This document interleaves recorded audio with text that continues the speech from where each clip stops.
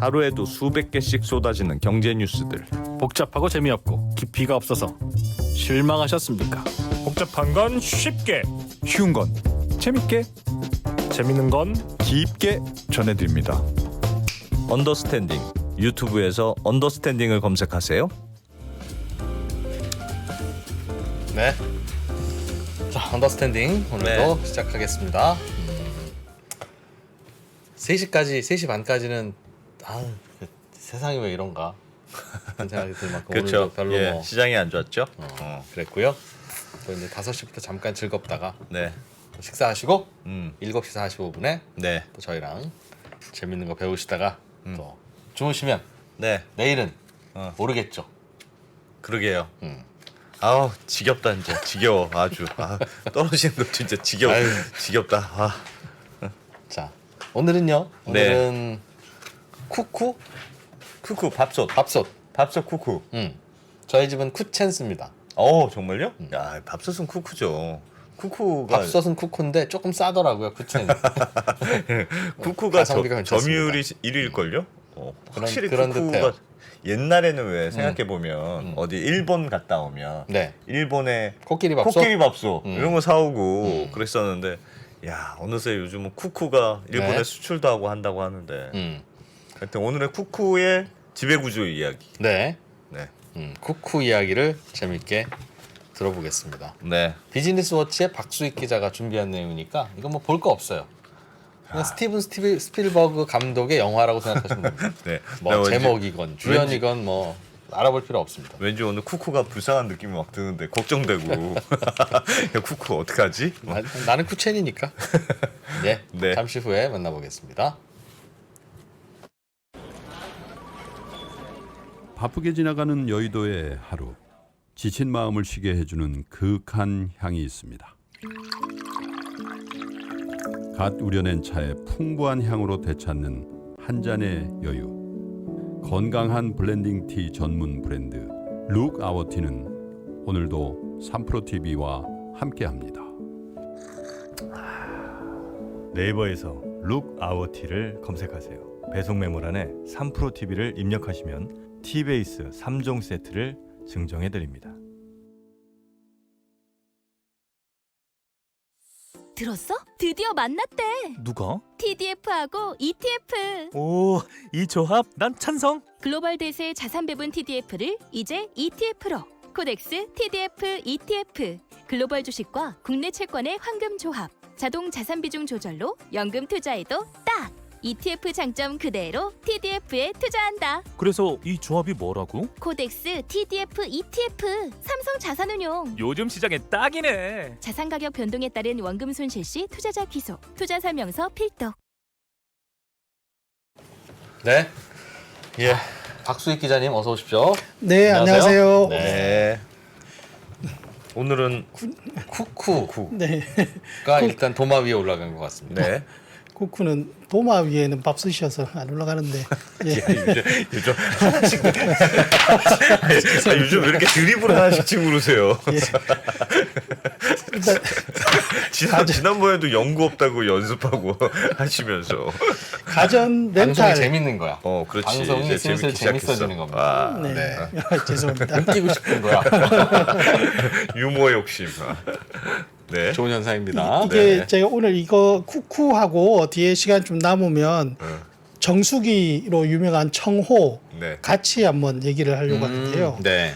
그러니까 이거를 꺼낸 게 최근에 이제 우리나라에 렌탈 사업이 많이 지금 커지고 있는데 네. 렌탈 혹시 하시는 거 있으신가요? 자동차 말고 가전 쪽으로 없습니다, 저는. 전혀 없으세요? 네. 정수기 정수기 있습니다. 저희는. 정수기 전 정수기를 뭐 쓰세요? 안 씁니다. 저희는 LG 거 있더군요. 예. 요즘 LG도 정수기는 다 그렇죠. 렌탈이죠, 거의. 정수기는 거의 대부분 렌탈인 것 같아요. 렌탈 아닌 걸로 살려고 봤더니 가격이 엄청 비싸죠. 뭐야 이게 이런 생각이 그리고 들더라고요. 관리가 또 중요하기 때문에 정수기는 네, 필터 이런 거 맞아요. 그래서 특히 이제 렌탈을 많이 하시는 것 같고 예. 좀 저도 이거 취재하다 보니까 렌탈 종류가 너무 많아서 네. 요즘에는 이제 의류 관리기라든지 뭐 심지어 안마의자 렌탈은 뭐 일반적인데 비데 뭐 음식물 처리기 네. 이런 거 공기청정기 뭐 다 렌탈 많이 예. 그냥 할부죠, 할부. 말은 렌탈이고. 그렇죠. 할부라고 하면 사는 사람도 괜히 찝찝하고 뭐 좀 스스로 좀 이상해 보이고 그럴까봐 렌탈이라고 불러주는 건데 사실상 할부죠. 네. 네, 그렇죠. TV도 렌탈한. TV도요? 예, TV 냉장고도 요즘에 렌탈 하는데 그래서 이게 렌탈 시장이 잠깐 말씀드리면 이게 되게 독특하더라고요. 경기 침체되면 우리가 되게 많이 안 좋다고 하는데 경기 침체 국면에도 이 렌탈 시장은 굉장히 쭉쭉쭉쭉 올라가는 특성이 경기가 침체되니까 오히려 목돈으로 이제 가전을 사기 어려우니까 또 예, 하고. 렌탈 눈길을 돌리기도 하고 특히 최근에 이제 가구 구성 세대를 보면 노령 인구가 좀 늘고 또 이제 1인 가구, 2인 가구 또 많이 느는데 이분들의 공통점은 약간 어떤 가전기를 살 때 영구적으로 본인들이 소유를 하는 개념보다는 약간 사용하는 개념으로 쓰기 때문에 네. 네. 어느 정도 이렇게 길게 이렇게 가기보다는 이런 새로운 제품 나오면 그걸 일단 한번 좀 써보자. 당장에는 좀 저렴해 보이는 렌탈로 쓰는 경향도 많고 약간 속고 있는 것 같긴 한데 어쨌든. 사실은 결국 이게 자기가 갖는 거예요. 소유인 거예요. 사실은 이게 3개월만 길게 보면 안마의자도 그렇고 예, 네. 초기에 현금 네. 박치기 하는 게 낫죠 사실. 한번 써보세요. 돈만 살짝씩 사용료만 내보세요. 이런 거잖아요. 예, 근데 중간에 관리 같은 게 해주는 경우도 있고 또 소득이 높은 사람들은 또 거기에 합당한 또 프리미엄 가전도 렌탈로 많이 하고 하는 것 같은데 우리나라에서 이게 렌탈 시장이 전체적으로는 되게 이제 B2C도 있고 B2B도 있는데 네. B2B는 주로 이제 산업 기계라든지 법인 자동차 리스. 네. 예. 리스 있고 개인으로 가면 자동차 시장이 있고 지금 오늘 얘기하는 가전과 같은 생활 쪽에서 필요한 렌탈들이 있는데 네. 이게 사실 제가 그래서 이게 시장 규모가 얼마인지를 자료를 열심히 찾아봤는데 최근 자료가 시장 규모를 추정하는 거는 잘 없고 예. 그래서 개별 업체 선두권 업체들의 뭐 사업 보고서나 감사 보고서를 좀 뒤져봤어요. 예. 그래서 대략적으로 그러니까 가전 렌탈 쪽에 선두권이라고 할 수 있는 게 한 5군데를 볼 수 있는데 이 5군데의 매출 합계가 한 6, 7조 정도 돼요. 뒤에 하위권도 되게 많은데 네. 그것까지 합치면 대략 9조, 10조는 되지 않을까 그 정도 추정을 되겠네요. 해보고 예. 1년에 네. 어. 예, 그렇죠.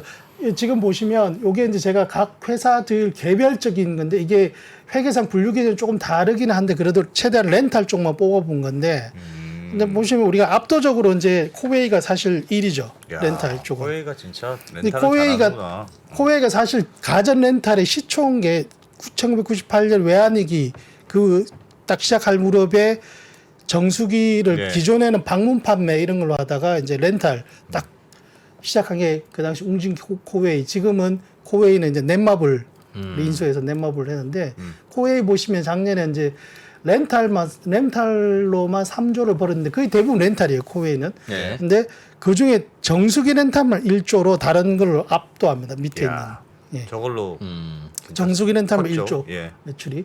그 다음에 이제 SK 매직이 있는데 여기는 그 원래 예전에 동양 매직으로 예. 예, 시작해서 가스 오븐 레인지를 우리나라에서 최초로 이제 자체 기술로 생산했다 뭐 이런 근데 이게 예전에 이제 동양그룹 사태로 동양그룹에서 이제 동양증권 이렇게 CP 기업원 부실 판매하면서 동양그룹 사태가 나면서 이제 공중분해가 되면서 어쩌저쩌 하다가 SK 네트워크스가 이제 인수했죠. 동양 매직을. 네. 인수하면서 이제 SK 매직으로 바꾸면서 이제 SK 네트워크스가 주인이 되자 이제 렌탈 쪽으로 많이 확장을 했어요. 그래서 지금 렌탈만 연 7천억 정도가 되고 여기 자체적으로 이제 이쪽은 주방 가전 뭐 가스 레인지, 가스 오븐 레인지 뭐 식기 세척기 이런 것들이 많고 또 삼성전자 쪽 가전하고 제휴를 해가지고 또 렌탈을 하는 예. 것들도 있고. 그 렌탈이 그러니까 렌트카 회사처럼 네.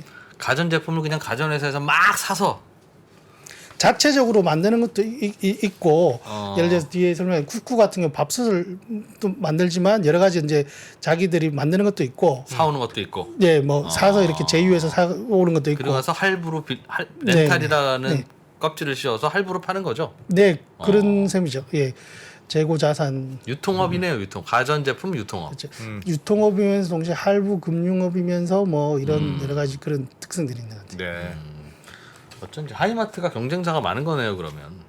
네, 실제 그리고 지금 양판점들도 네. 그리고 마트들도 이거 렌탈을 한다고 그러더라고요. 이마트 뭐 이런 데도 네. 그 딸려 있는 그 저기 매장 가면은. 알겠습니다.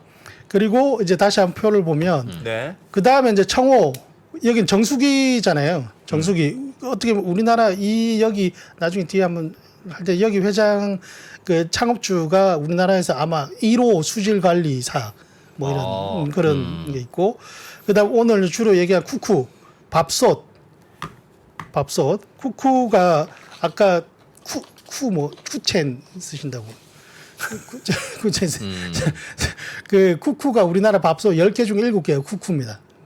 시장 점유율이 70이라는 얘기. 70%나 돼요. 근데 대단하네. 쿠쿠가 이제 뒤에 다시 한번 볼게요. LG하고 좀 관련이 있고요.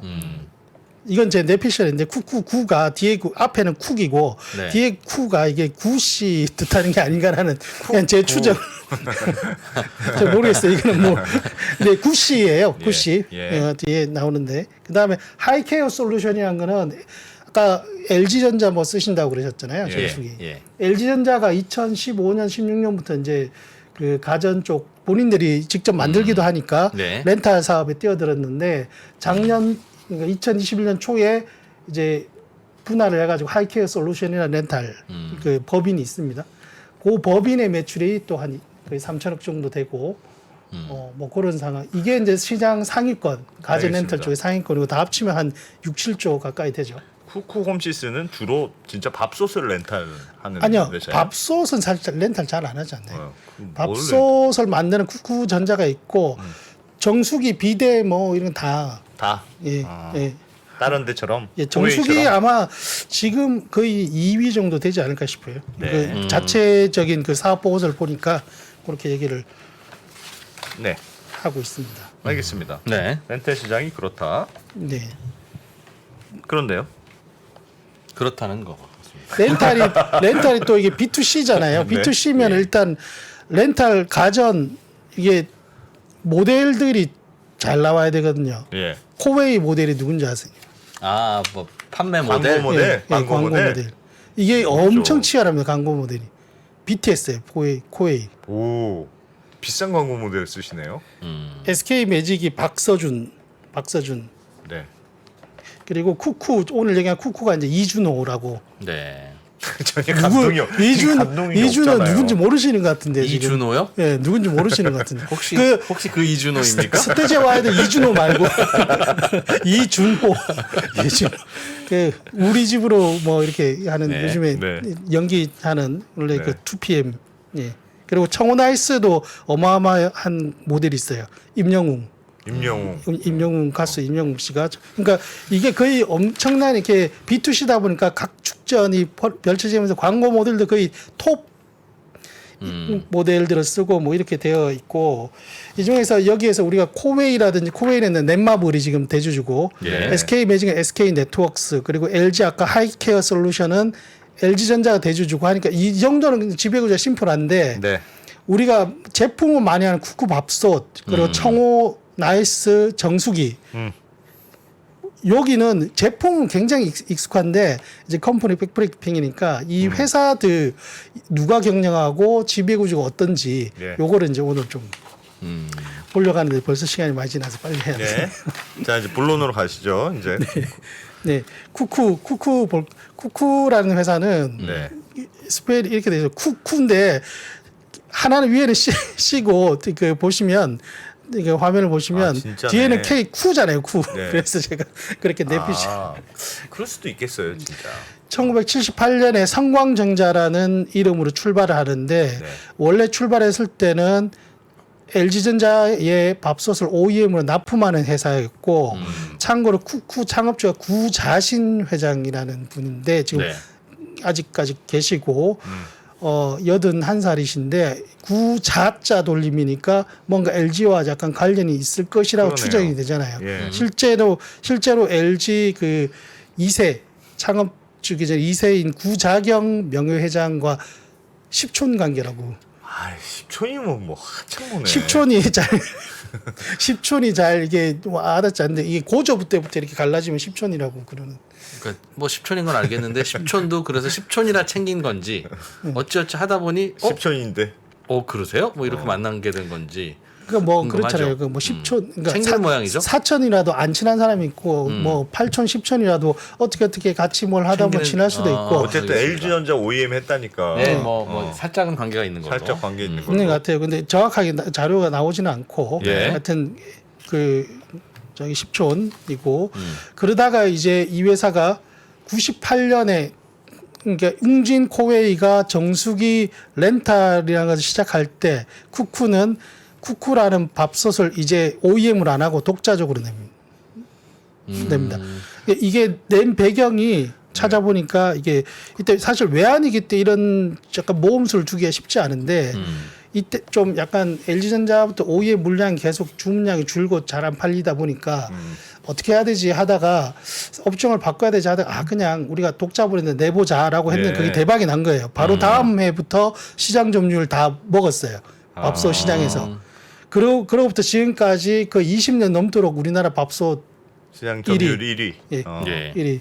1위고 아까 말씀드렸듯이 70% 그러니까 10개 중에 7개가 쿠쿠 밥솥인데 2%님은 이제 나머지 3개 중에 하나를 야, 쓰시는 진짜 비주류네. 어? 아 그래요? 70%라니까. 와. 대단하다, 진짜. 네. 예. 집에서 밥을 잘 안 먹습니다. 안 먹을 시간이 별로 없습니다. 예. 네, 그리고 저는 밥솥 안 써 가마솥 밥으로 예. 가스불로 켜서요? 예.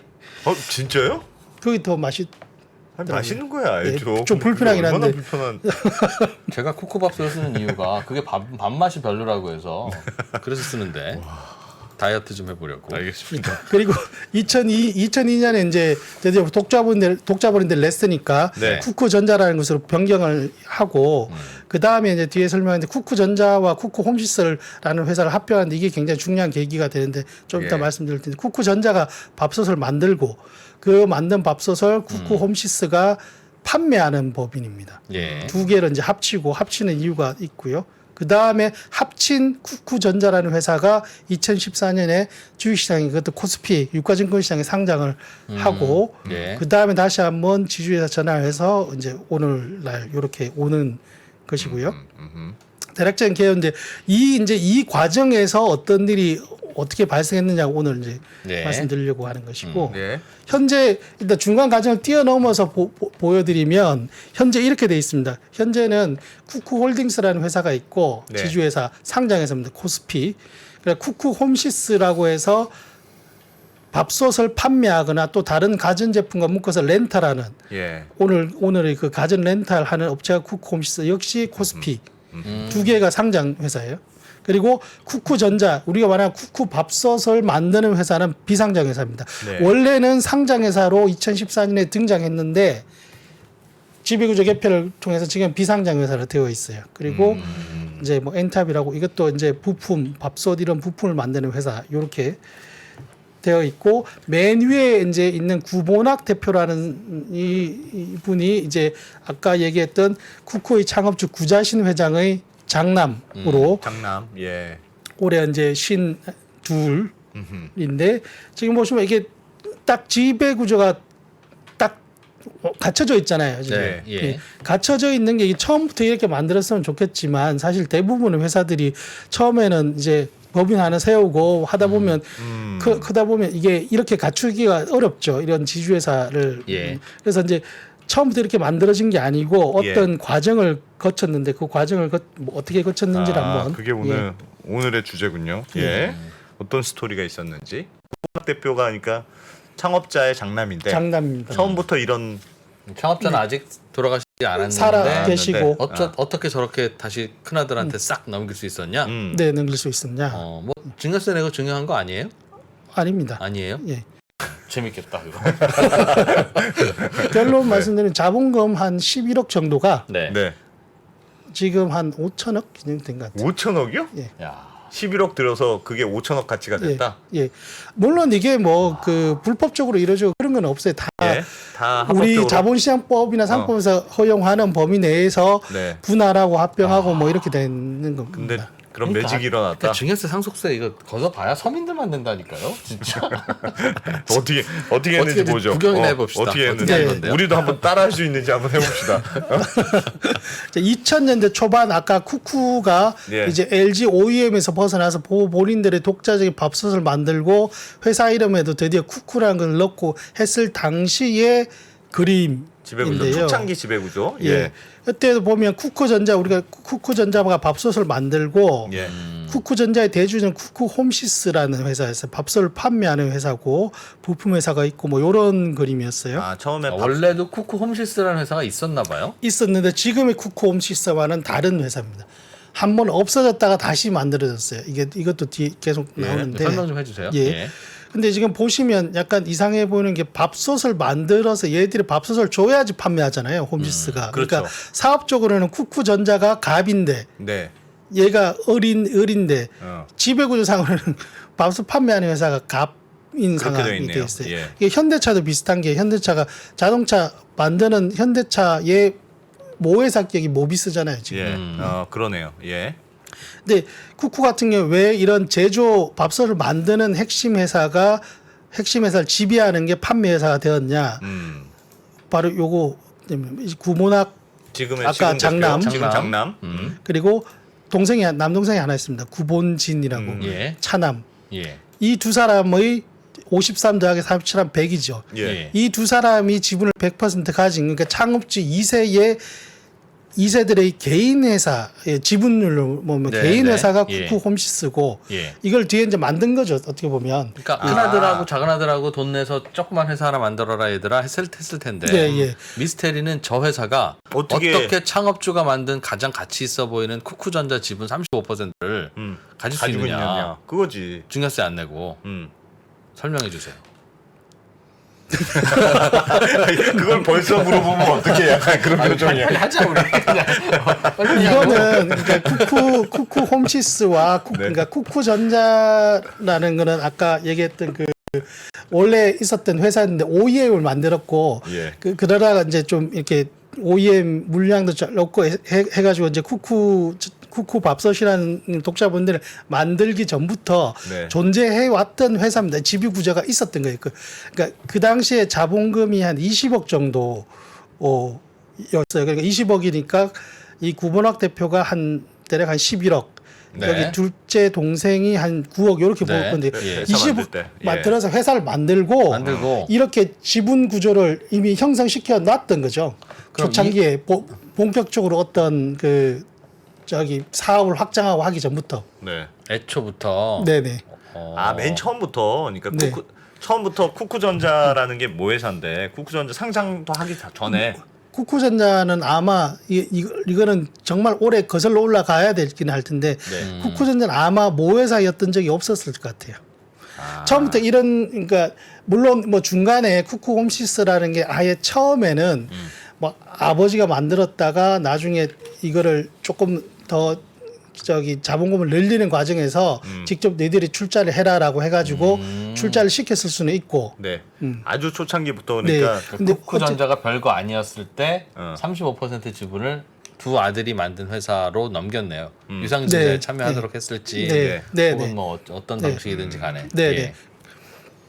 그게 네. 이제 2000년대 초반이니까 사실 이때 쿠쿠는 이제 막 어떻게 보면 쿠쿠라는 게 세상에 알려지는 네. 그런 시점이고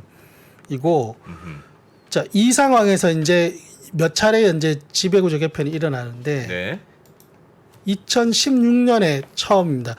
아까 이제 이 정도의 지분을 갖고 있는 쿠쿠 홈시스가 그러니까 판매 회사가 제조 회사를 가지고 있었는데 보시면 그 쿠쿠 홈시스가 가지고 있는 35%의 쿠쿠전자 지분 외에도 예. 밑에 제가 써놓은 게 이게 다른 주주도 있어요. 아버지가 있고 또 네. 매제가 있고 기타 이런 주주들이 좀 있어요. 요 다 해가지고 100%인데 여기에서 이제 아버지와 그 매제 그리고 그 등등의 지분들이 예. 쿠쿠 홈시스나 이쪽 쿠쿠 산업 쪽으로 무상 증여가 되면서 그럼 이렇게 되면 이 아들들이 가지고 있는 지배구조에서는 핵심인 이 밥솥 쿠쿠홈시스. 판매회사 쿠쿠홈시스가 지배하는 쿠쿠전자의 지배력이 강화되잖아요. 두터워졌잖아요. 지금 35에 45 이런 식으로. 근데 아들들이 나눠서 갖고 있는 지분을 나눠 갖고 있는 회사면 사실상 아들들인데 네네. 무상으로 증여하면 증여세를 안 내도 되나요? 이거 회사로 개인으로 낸 게 아니고 회사로 냈으니까 뭐 그 법인에 대한 어떤 증여세가 있다면 법인이 처리를 했겠죠. 이거는 예. 이거는 개인으로 간 게 아니고 이 법인에게 예. 네. 예. 법인에게 이거를 증여라고 해야 되나 뭐 정확히 뭐라고 해야 되나 하여튼 쿠쿠홈시스로 하여튼 이후에 줬다. 돈을 좀 많이 벌었나 보네요. 쿠쿠홈시스로 지분을 주고 지분이 주주들이 없어지니까 기존에 있는 쿠쿠홈시스의 지분율이 늘어났다. 그러네. 예, 쿠쿠홈시스가 가진 쿠쿠전자의 지분이 늘어난 거죠. 그러니까 어떻게 보면 아들들이 네. 쿠쿠전자의 지분을 한 주도 안 가지고 있지만 예. 쿠쿠홈십사라는 회사를 통해서 쿠쿠전자를 지배하는 게 이제 간접 소유 지분이 예. 한층 두터워진 거죠. 네. 뭐 이렇게도 가고. 야, 또. 밥솥을 제조하는 아빠 회사와 밥솥을 판매하는 아들 회사가 있으면 원가에 주고 막 손해도 보고 주고 막 그러겠네요. 그러니까. 그다음 안 팔리면 다시 또 안고 막. 아니, 그러니까 예를 들면 제조회사는 무슨 수를 써서라도 뭘 사와야 되고 네. 원재료 사야 되고 뭐 쇠도 사와야 되고 할 거 아니겠어요. 네. 근데 판매회사는 판매회사는 사온 가격 파는 가격이니까 엄청 심플하잖아 비즈니스가. 롯데 무시합니까?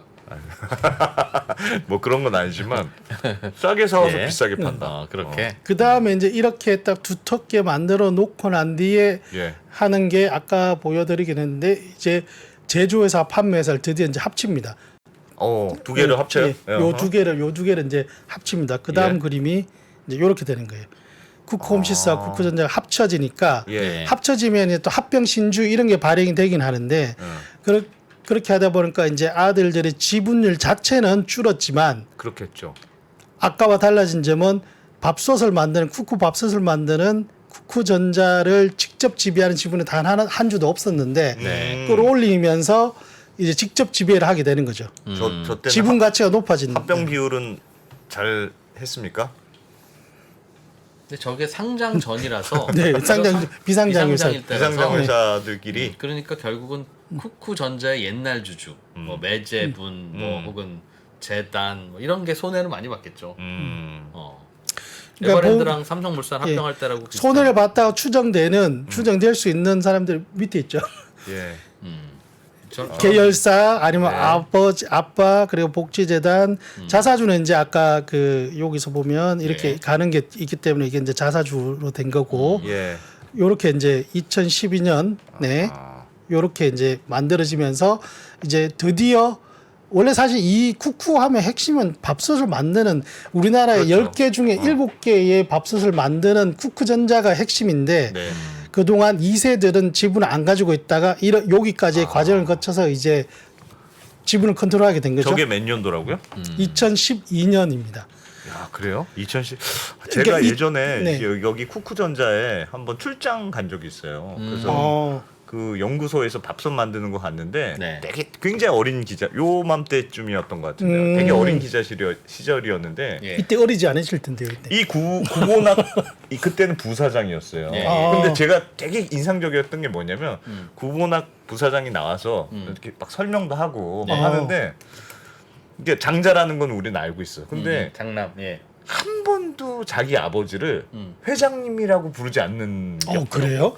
계속 회장님이라고 부르더라고요. 그래서 그게 되게 신기했어요. 회장님이라고 부른다고요? 그러니까 회사에서 회장인데 사석에서 만나고 밥 먹으면서도 우리 회장님이 그러니까 아버지라고 부르지 않고 그게 되게 인상적이었거든요.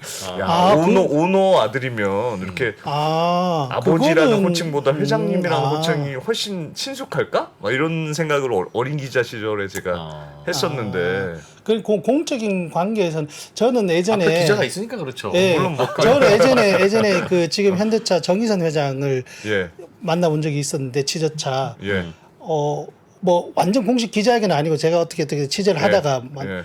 역시 그 정몽구 그 회장님이라고 매니저에서 하죠. 회장님 그러니까. 사실 아버지라고 하진 않아요.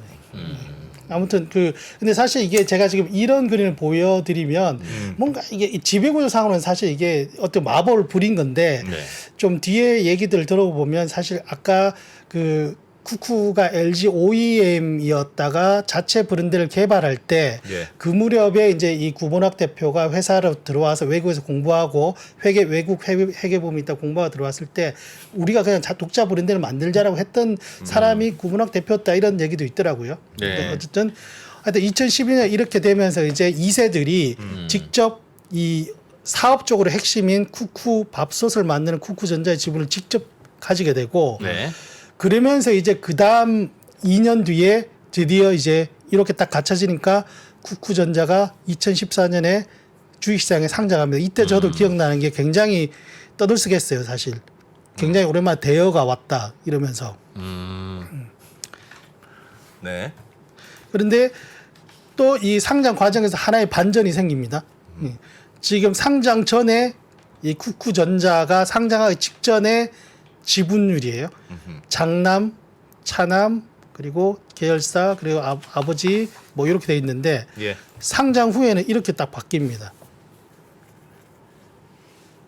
보시면 주황색으로 된 게 감소한 거예요. 상장 직후에 바로 감소했어요. 이게 왜 이럴까요? 이게 팔았겠죠. 팔았겠죠, 그죠? 네. 근데 차남은 현금화했네요. 네, 그렇죠. 쿠쿠전자가 2014년에 코스피 그러니까 유가증권시장에 상장할 때 방식이 지금은 사실 이렇게 하면은 예. 그 공모 안 되는데 공모지 안 팔리는데 100% 구주 매출이었어요. 신주 상장이 하나, 신주 모집이 하나도 없이 100% 구주 매출이었고 예. 구주 매출을 누구 걸로 했느냐? 차남이 30 정도 가지고 있었는데 절반 떼서 구주 매출. 엔탑이랑 계열사 전량 구주 매출에서 현금화하고 예. 그다음 자사주 조금 요렇게. 전량 구주 매출이었어요. 네. 와. 이게 결국 이거죠. 그러니까 쿠쿠전자를 상장시키기 전에 이미 일단 2세들을 중심으로 밥솥 만드는 회사를 직접 지배하는 그림을 만들어 놓고 예. 이제 상장을 하면서 기업 가치를 키우는 과정에서 후계구들은 확실하게 장남한테 몰아준다라고 딱 못 박은 거죠. 어떻게 보면 차남은 팔아 지분. 네.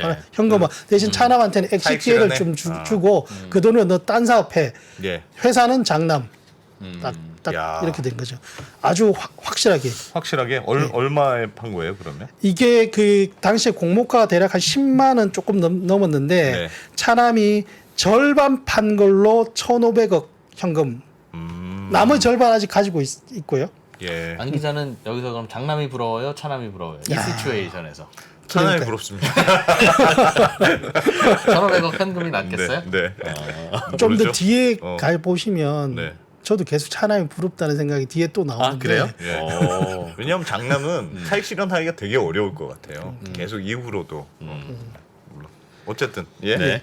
아무튼 이렇게 구주 매출 전량 구주 매출로 하면서 그 구주 매출의 주인공이 차남. 그래서 기업 가치를 키우되 이게 어떻게 보면 승계는 확실하게 장남한테 몰아준다. 네. 후계구도에 아주 확실한 선을 그었고 그 다음에 이제 오늘날의 쿠쿠가 오기 전에 한 번 더 지배구조 개편을 거치는데 2017년에 이제 기업 분할을 합니다. 예.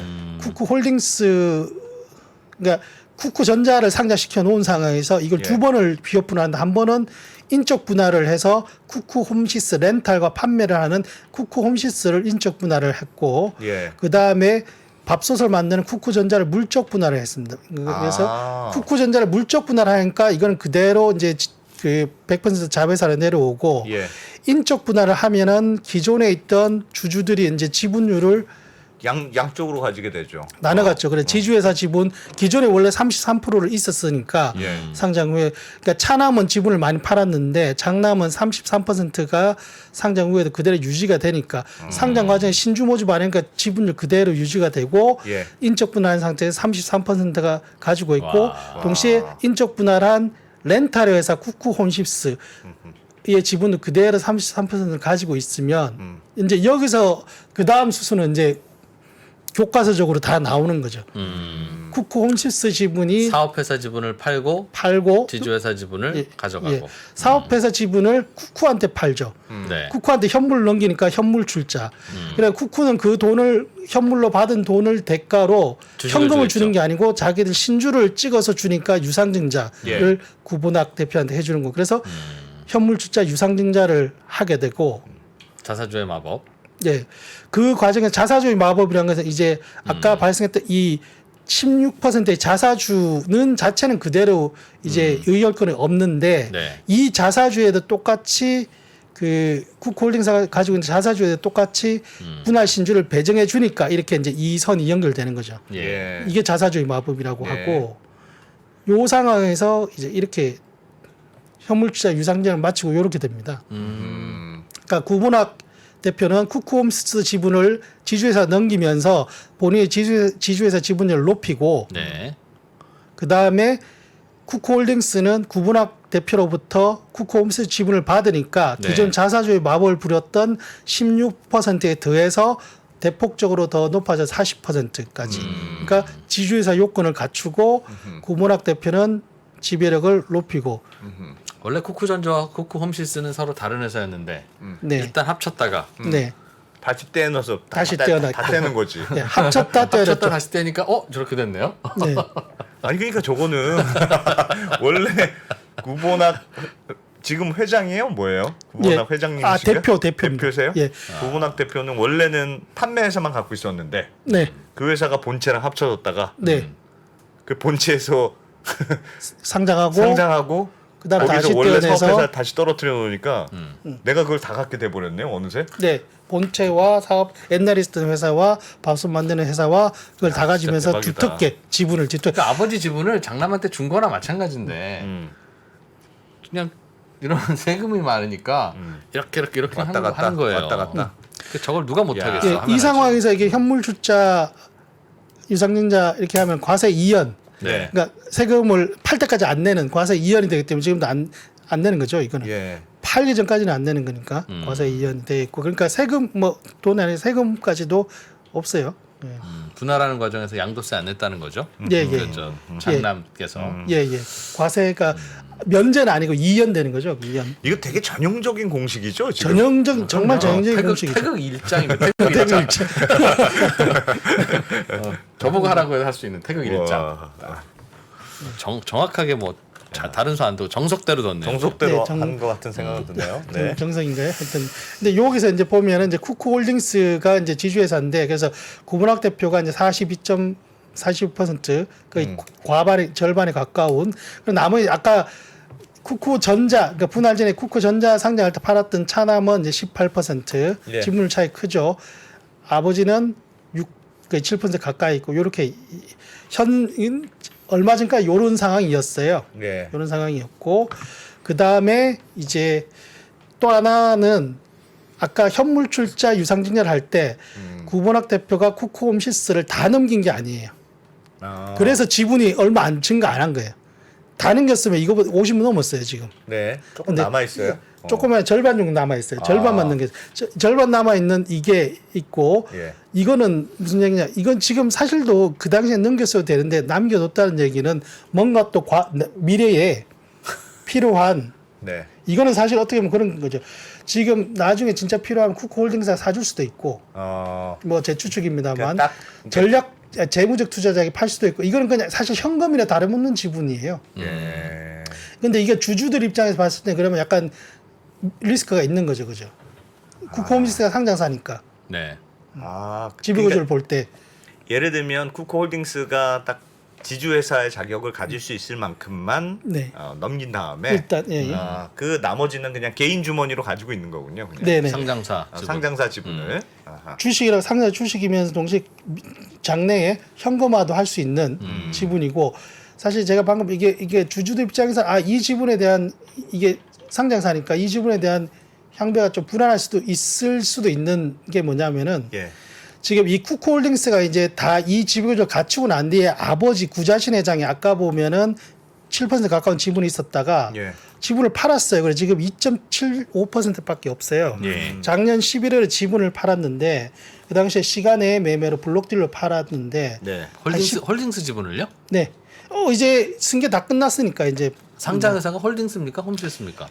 둘 다 상장해서 둘 다 나눠졌으니까. 예, 인적 분할이니까 나눠졌으니까. 여기는 비상장이고 요거는 네. 두 개는 상장입니다. 어. 코스피. 근데 그 아버지 입장에서는 이제 뭐 어떤 용도인지 모르겠으나 작년 11월에 블록딜로 팔면서 사실 주주들에게 좀 원망을 받은 게 대주주. 그러니까 지금 이 구분학 대표가 팔 일은 없겠죠. 경영권을 매각하는 게 아니고. 근데 여기는 언제든지 매물이 나올 수도 있죠. 있어요. 예. 여기도 그러네. 그래서 아까 매물이 그러니까 나중에 장래에 현금화할 수도 이거 팔면서 주가가 좀 망가졌어요. 많이. 부자신 회장. 예, 2만 원에 팔았는데 대략 예. 그 뒤로 2만 원 회복을 못 합니다. 물론 지금은 장이 안 좋았지만 작년 11월에 팔았으면 그 어떤 종목도 그 당시 주가를 지금 회복하지 못한 것 같은데요. 그런가요? 회장님이 안 팔았어도. 네. 근데 진짜 그런가요? 차남이나 뭐 예. 나머지 지분도 나올 수 있을 가능성이 있겠네요. 저거는 굳이 이제 장남 아니고서는 경영이 참여 안 하는 거잖아요. 차남이나. 그렇죠. 아니, 쿠쿠홀딩스는 현금이 있는데 굳이 저걸 왜 팝니까? 저거 지금 팔면 그러니까 뭐 이거는 알 수는 없어요. 사실 뭐 이렇게 알 수는 없는데 그러니까 우리가 이제 지배구조를 분석할 때 여러 가지 이런 승계나 이런 과정을 보는 것도 있지만 그래서 약간의 기회 요인과 리스크 요인이 뭐 있는지도 좀 보자면 굳이 이제 이게 이게 현실화 될지 안 될지는 아무도 몰라요. 사실. 하지만 가능성을 우리가 가지고 있을 필요가 있는 거고. 예. 그래서 종합 정리하면은 이제 아까 2000년 초반에 옛 쿠코 홈시스 예. 자금 20억짜리를 요렇게 출자를 했다가 지금 현재는 이제 요렇게 되어 있는 거죠. 그러니까 쿠코홀딩스, 홈시스 둘 다 지분을 가지고 있고 예. 차남도 마찬가지고 둘 다 지분을 가지고 있고.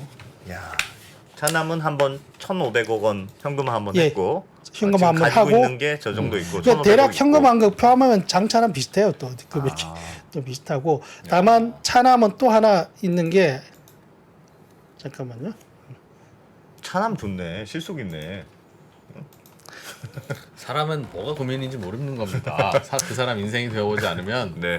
누구를 차남은 동정하거나 부러워하는 거 아니에요. 제가 네, 아까 안 네. 보여드린 게 아니라 요 밑에 이제 꼭다리가 하나 있어요. 구본 차남이 가지고 있는 제니스라는 또 회사가 하나 있어요. 예. 요것도 약간 밥솥 관련한 부품 요런 회사가 하나 이야. 작게 하나 저기서도? 있어요. 예. 저건 진짜 개인 회사네요. 이제 뭐 여기까지 보면 아까 그래서 이제 장차남 중에 누가 더 행복할까 모르겠네요. 하여튼 네. 예 이렇습니다. 와. 여기까지가 이제 쿠쿠와 관련된 현재 지분 가치. 현재 지분 예. 가치는 이 정도 된다. 아까 차남이 1,530억 원을 확보한 걸 저걸 그대로 갖고 있다고 생각해서 더하면 예 더하면은 지금은 차남 지분이 조금 더 많네요, 그죠? 2014년 1,530억이면 네. 지금 아파트를 샀으면 한 3,000억 될 것 같습니다. 좀 더 불렸겠죠? 예. 그리고 이제 뭐 예. 하여튼 근데 이 전체적 이 회사나 이런 거는 이제 장남의 그런 컨트롤하에 있는 경영을 하지만 어차피 네. 또 기업 가치가 높아지면 차남도 지분을 또 가지고 있으니까 형이 그 경영을 잘하면 또 같이 올라가고 뭐 그래서 그런 그 차남이 갖고 있는 개인 회사는 저 쿠쿠에 부품을 납품하는 그런 회사고. 야, 안정적이네. 전체적으로 채팅창은 오늘 차남이 난 차남. 대체로 지금 차남의 우호적이네요. 네, 알겠습니다.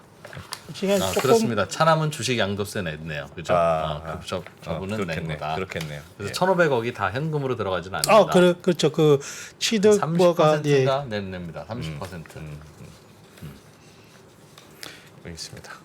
그 조금 남아서 그 아까 가전 관련해서 이제 잘 알고 있는 게 이제 코웨이와 코웨이. SK와 예. LG가 있고 잘 이제 제품 알지 모르는 게 쿠쿠와 청호가 있다는데 청호는 간단히 그냥 한번 짧게 보여드리. 네, 그러시죠? 예. 네.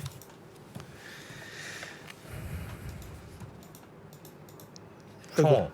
제가 다 같이 청호는 이게 쿠쿠는 쿠쿠와 달리 그러니까 쿠쿠보다 청호의 창업주가 한 20살 정도 나이가 적으신 여기 정의동 회장이란 분 아까 구자신 회장이란 분이 80이 넘으셨고 다 이게 살아계시면 정의동 회장이란 분이 이제 올해 우리나라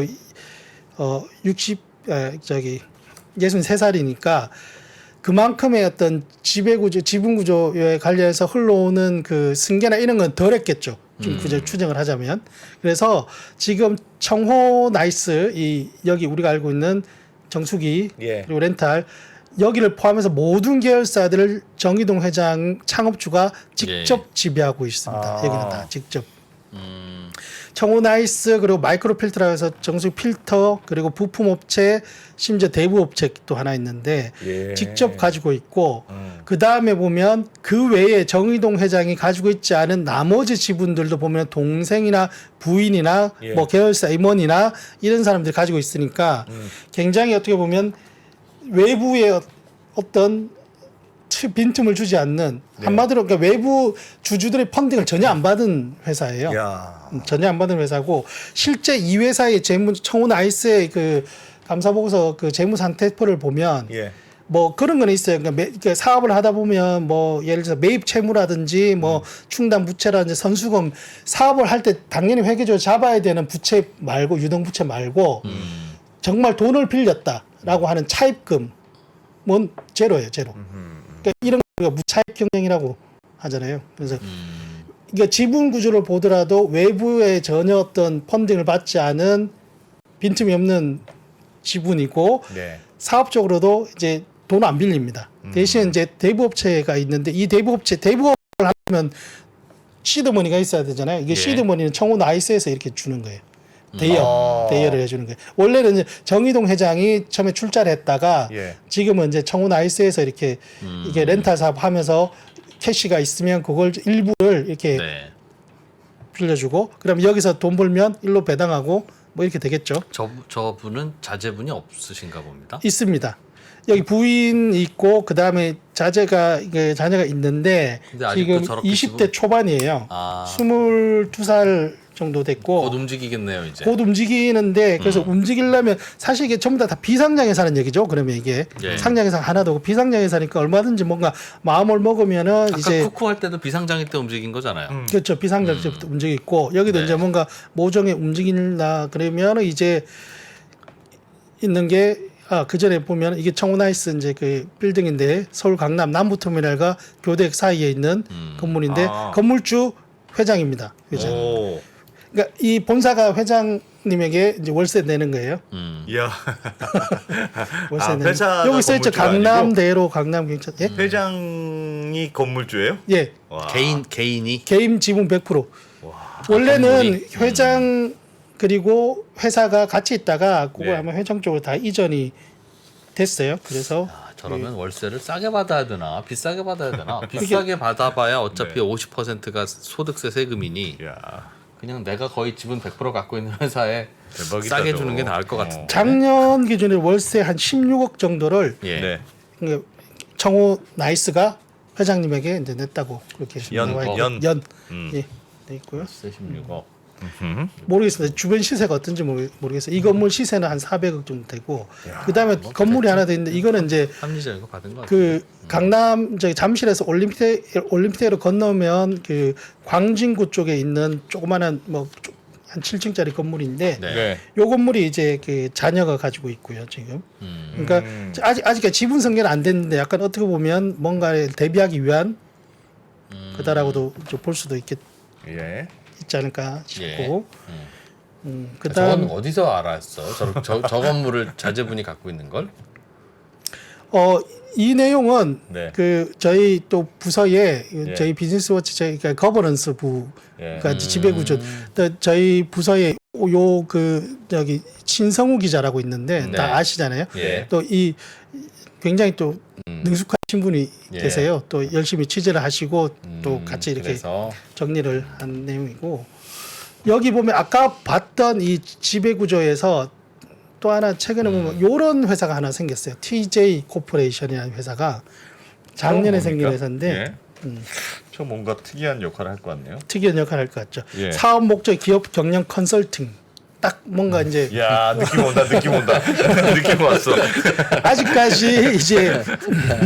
아직까지는 이제 생긴 지 얼마 안 돼 가지고 작년에 예. 생겨서 딱히 아직 그 역할은 없지만 기업 네. 경영 컨설팅이라는 심상치 않은 사업 목적을 가진 이 회사의 이제 대표는 이제 정의동 회장 그리고 가족들 그러니까 이 이제 그 비상장 회사의 그 임원으로 등기문으로 올라가 있고 그러면 이게 연관을 가지는 뭔가의 역할을 앞으로 할 수도 있겠죠. 저건 TJ 코퍼레이션은 회장하고 가족 일가가 가지고 있는 회사다. 그러니까 지금 아쉽게도 이 회사의 지분을 누가 가지고 있는지는 공개는 안 돼 있어요. 공개가 안 돼 있는데 네. 어차피 지금 대표이사가 정의동 회장이고 그 다음에 이게 등기 임원이 엄마 그리고 저기 외삼촌인가 정확하게 그렇게 돼 있으니까 예. 가족 회사라고 봐야죠. 이거. 근데 이 지분을 그러니까 정의동 회장 개인이 가지고 있는지 이세가 가지고 있는지는 파악이 명확하지는 않고. 명확하지는 않. 근데 계열사로 않아요. 등록돼 있어요. 그러니까 이게 이제 정확하면 계열사 안에 들어가 있지는 않죠, 그죠? 뭐 사실 이게 다 계열사는 아니에요. 왜냐면 개개인으로 연결된 건지 이렇게 연결된 게 없으니까. 아 그러네요. 예. 다 그냥 각각의 개인 각각의 회사들이네요. 한 요 정도 마이크로 필터라는 필터 회사가 예. 이것도 어떻게 부품 회사가 정수기 본체를 지분을 가지고 있는 이런 알고 것도 보니까 있는데 대주주가 같네. 그거네. 그러면 이게 이 느낌상 그러면 이 마이크로 필터가 또 무슨 아까 쿠쿠처럼 역할을 할까 뭐 이런 추측도 할 수 있는 거죠. 뭐 확실치는 않습니다. 그런데도 본인이 80% 지분을 갖고 있다는 건 아직 승계 프로그램은 작동 안 하고 있다. 아직 겉으로 드러나 있는 거는 이제 없고 건물과 이 경영 컨설팅이라는 범상치 않은 사업 목적을 정관에 넣은 TJ 코퍼레이션이라는 생긴 줄 만든 회사가 있더라. 뭐 아, 저 쿠쿠 사례를 잘 스터디해야 되겠네요. 뭐 거의 비슷하게 할 것 같은데요. 그렇게 하고 상장하면 되겠네. 다만 이제 인적 분할은 못 하죠. 자사주 가운데 놓고 하는 그 인적 분할은 왜요? 그거 허용하는 게 아마 작년까지 끝났을 걸요. 그래서 작년에 다 몰아서 하고 다들 지분이 없으시니까 관심이 없으시구나. 아니, 그 과세 이연 얘기하시는 것 같은. 그렇죠. 세- 그 과세 이연을 안 하면 어차피 그 인적 분할 자사주 마법을 못 그 쓰잖아요. 과세 이연이 다시 연기가 됐을 텐데 제가 정확하게 이게 언제까지 연기가 되는지는 보고를 잘못하고 있었네 나한테. 예. 네. 그래서 약간 그러니까 연기가 지금 조금 됐을 겁니다 아직. 알겠습니다. 그래서 이게 비상장 회사든 상장 회사든 얼마든지 몰아주고 할 수 있으면 되니까 상속세를 무겁게 걷어봐야 그 상속세 재원은 뭐 결국은 그냥 회사 돈인 겁니다. 회사 돈. 근데 너무 빼가는 이게 사실은 편법은 아니지만 뭐 법을 안 지킨 건 아니지만 예. 어쨌든 이런 식으로 저런 식으로 쪼물딱쪼물딱 해가지고 그런 거죠. 하는 경우가 너무 많아서 뭐 삼성그룹만 그런 건 아니지만 삼성그룹에서 지금 상속세 누가 내줬어요? 내기야 내죠. 그 누가 내주겠어요? 그러니까. 삼성 계열사 주주들이 내는 거죠. 그냥 다른 회사 돈 그쪽으로 돌려서 하는 거니까. 네. 그런데 이제 그럼 저거 막을 수 있냐 저걸? 저걸 막을 수 있냐? 저거 어떻게 막습니까 저거? 그러니까 어떻게 막죠? 그렇지 편법은 맞죠. 뭐 그렇긴 탈법 한데 불법이 아니지. 또 굳이 저쪽 생각하면 장남이 와서 회사에 와서 경영을 시작할 거 아니겠습니까? 네. 그런데 그 장남이 너무 훌륭해. 그래서 아버지 회사지만 장남이 다 키웠어. 그럴 수 있잖아요. 그럴 수 있죠. 그런데 아버지 회사를 물려받을 때는 거의 내가 키우는 회사랑 다름없는데 네. 반이 상속세로 날라가. 그럼 그 장남 입장에서는 뭐하지 내가?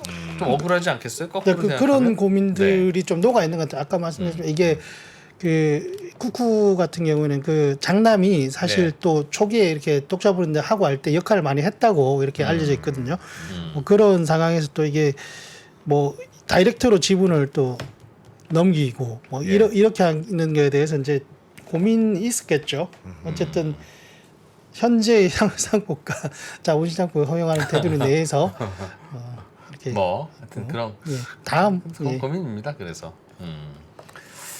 하여튼 요거는 예민하기도 하고 오늘 보신 쿠쿠 사례는 진짜 ABCD 비상장 회사의 지분을 가지고서 상장 회사로 만들어서 지분을 넘겨주는 그런 뭐 ABCD 같은 방법이었는데 아니 앞으로 보시면 이런 회사들이 많이 있을 겁니다. 아직. 아니, 네네. 뭐 하나둘이 아니었죠. 그러니까 이거는 뭐 어떤 이 자체가 잘 되고 못 되고 그냥 판단하시면 되고, 예. 그러니까 본인들이 또 투자하거나 또 우리가 쓰고 있는 제품들에서 또 이런 스토리도 있구나. 컴퍼니 백브리핑이니까 말 그대로 뭐 옳고 그름보다는 이런 스토리가 있더라라는 좀. 청호 그 아까 이제 TJ 컴퍼니 거기 TJ 코퍼레이션. TJ 예. 코퍼레이션 아주 관심이 가네요.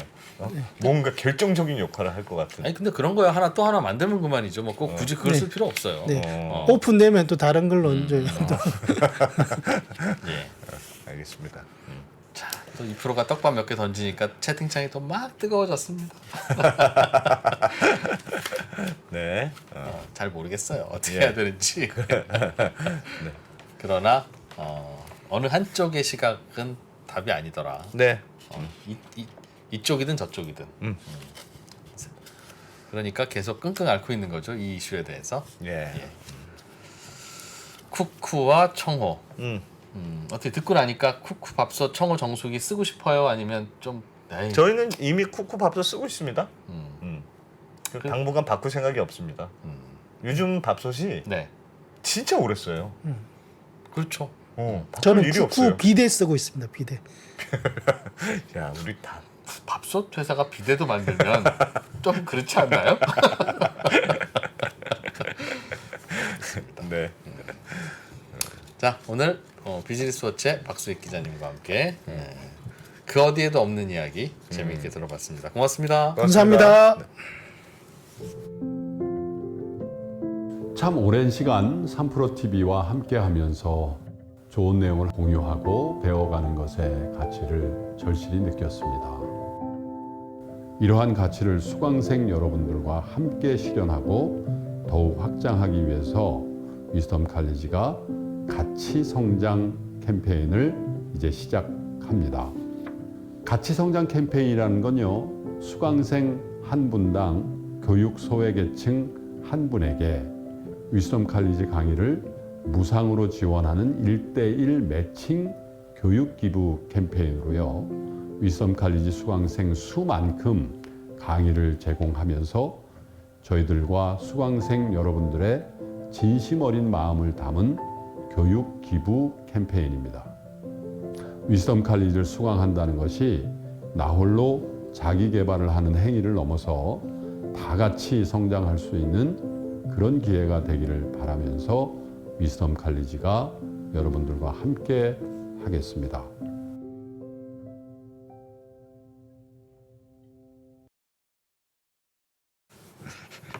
왜요? 아닙니다. 제이씨님이 입에서 학문까지 이런 댓글을 보고 그런 거 보고 웃어. 웃겼어요. 저희는 오늘 7시 45분에 또 네. 돌아옵니다. 오늘 7시 45분은 재밌는 거 합니까? 우주 이야기 합니다. 우주 이야기. 우주? 네. 유니버스? 예, 우주 이야기. 네, 재밌게 들어보죠. 퇴근길 라이브로 바로 이어가겠습니다. 고맙습니다. 내 ETF 아이디어를 실제 상품으로 출시할 수 있는 투자 위더 스타 그 마지막 파이널 라운드에 진출할 영광의 4인은 지금 바로 소개하겠습니다. 김형준, 이승원, 최호균, 임재환. 총 상금 5천만 원을 가져갈 최후의 승자는 누가 될 것인가? 투자 위더 스타 파이널 라운드를 기대해 주십시오.